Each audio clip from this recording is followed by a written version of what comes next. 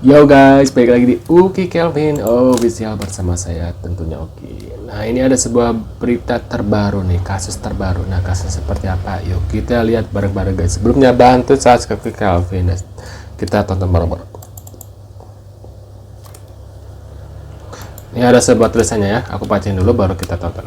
Korban bully SMA SMA Binus School tantang sekolah buka CCTV kantin katanya guys ya.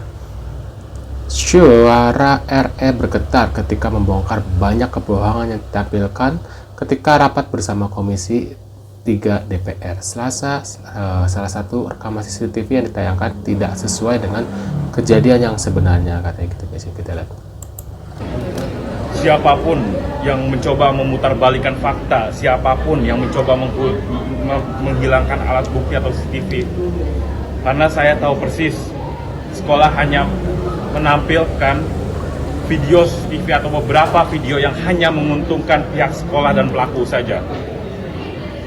Dan kami selaku para korban sudah mengetahui bahwa pihak sekolah selalu memperlakukan kami seperti musuh, bukan seperti korban.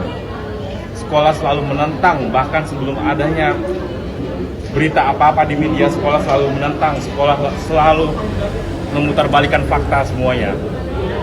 Mungkin Bapak dan Ibu yang ada di sini juga bisa menyaksikan, saya dipukuli selama 2 hari, dipukuli secara bergantian, dan mungkin memang sudah sangat terorganisir dari para geng ini untuk melakukan tindak kekerasan kepada saya seperti itu.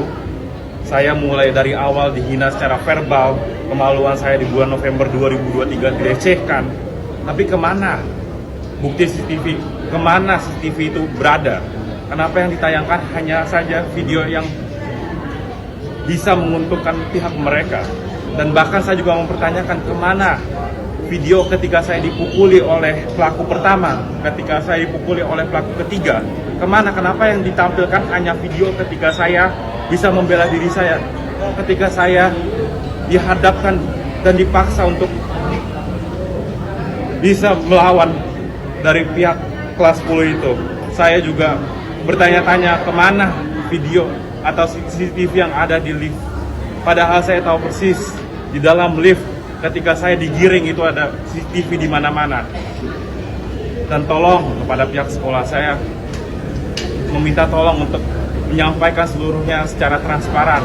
Tidak ada yang di-cut, tidak ada video yang dipotong-potong atau ingin mengframing bahwa saya adalah pelakunya, bahwa saya adalah orang yang sangat-sangat sadis atau diputarbalikkan fakta. Tolong jangan memframing dengan sepotong video atau video yang tidak jelas, lalu Anda bisa seenaknya memframing seperti itu. Karena saya di sini berkata sejujur-jujurnya, dan saya juga menanyakan mana bukti video CCTV dari seluruh sisi yang ada di kantin sekolah, dan mana video di dalam lift, mana video ketika saya digiring. Karena di dalam kantin itu juga tertera, mungkin Bapak Ibu tahu di sini, itu tertera tanggal pada saat ditampilkan ketika saya itu dipaksa. Saya awalnya itu tidak hanya langsung datang di tanggal 29 itu, tapi saya itu sedang makan di kantin dan saya dihampiri di tanggal 29 atau hari Senin itu.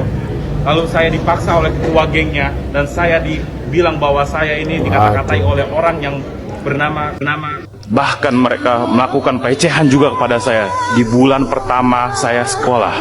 Sejak awal masuk Binus School Simpruk itu tidak punya teman, tidak punya siapapun. Apa yang terjadi di sekolah Binus International Simpruk? Ya, anak saya diterima atas dasar pendaftaran dulu di Binus Simpruk International, diterima dengan baik. Kami diiming-imingi oleh marketing Binus International dengan baik. Anak saya Rafiq Alfian itu diterima di Binus ini dengan baik, ya. Anak saya diterima di sini berdasarkan tes, tidak ada permainan kong-kong, murni diterima di Binus Simpruk International.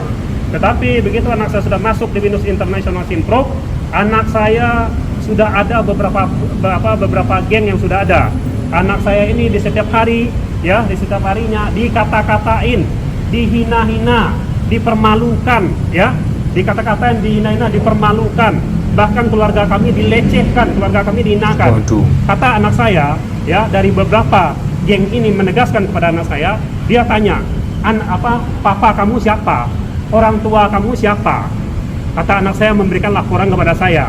Ya, dia bilang para geng ini orang tua kami, ya, ada yang anggota dewan, ada yang pemilik partai, ada yang ketua partai, katanya, ya kan, orang penguasa di seluruh Indonesia. Mau apa kamu, katanya ke anak saya.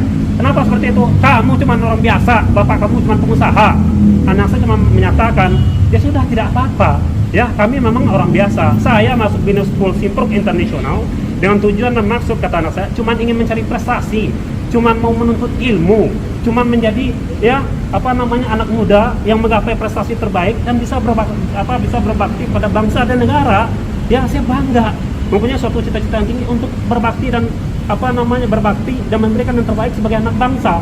Tapi itu semuanya sudah pupus dikarenakan apa? Mereka para pelaku penganiayaan anak saya ini, ya, bersukaria karena anak saya ini anak biasa.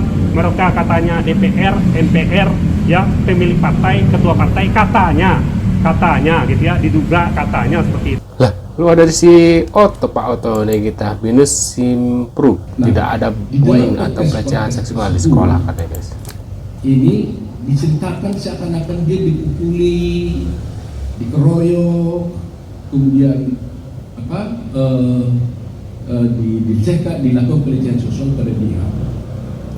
Yang tentunya kalau itu terjadi, ini adalah perbuatan ini dilakukan dan dituduhkan sama dia itu dilakukan oleh, di laporan pertama yang kami dapat itu ada 8 orang siswa yang lain. Ya, kita prihatin kalau itu betul-betul terjadi. Ya, kita prihatin dan tentunya kita tidak membolehkan itu. Dan setelah terjadi hal itu, karena ada situasi dan demikian, kita juga sudah melakukan tindakan-tindakan pemeriksaan terhadap 8 orang ini. Yang kita temukan, ya, berdasarkan penglihatan kita secara visual, yaitu pengawasan dari manajemen SMA Binus, ya, dan berdasarkan CCTV yang ada di sana, kami lihat itu tidak ada pengeroyokan,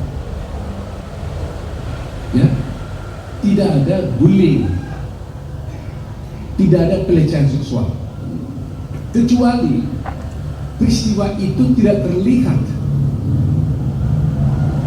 dan tidak diketahui oleh sekolah, dan itu hanya bisa dijelaskan, diceritakan oleh para pihak siswa yang terjadi, dan ini telah dilakukan oleh polisi, diperiksa oleh polisi. Jadi bahwanya si Rafiq ini melaporkan dia di Polres, tapi selama ini terjadi adalah antara mereka sesama siswa saling dia melaporkan si siswa yang 8 orang ini. Pihak sekolah tentunya juga memberikan keterangan-keterangan terhadap dan terhadap ini telah dilakukan oleh RC, restoratif justice, terhadap itu.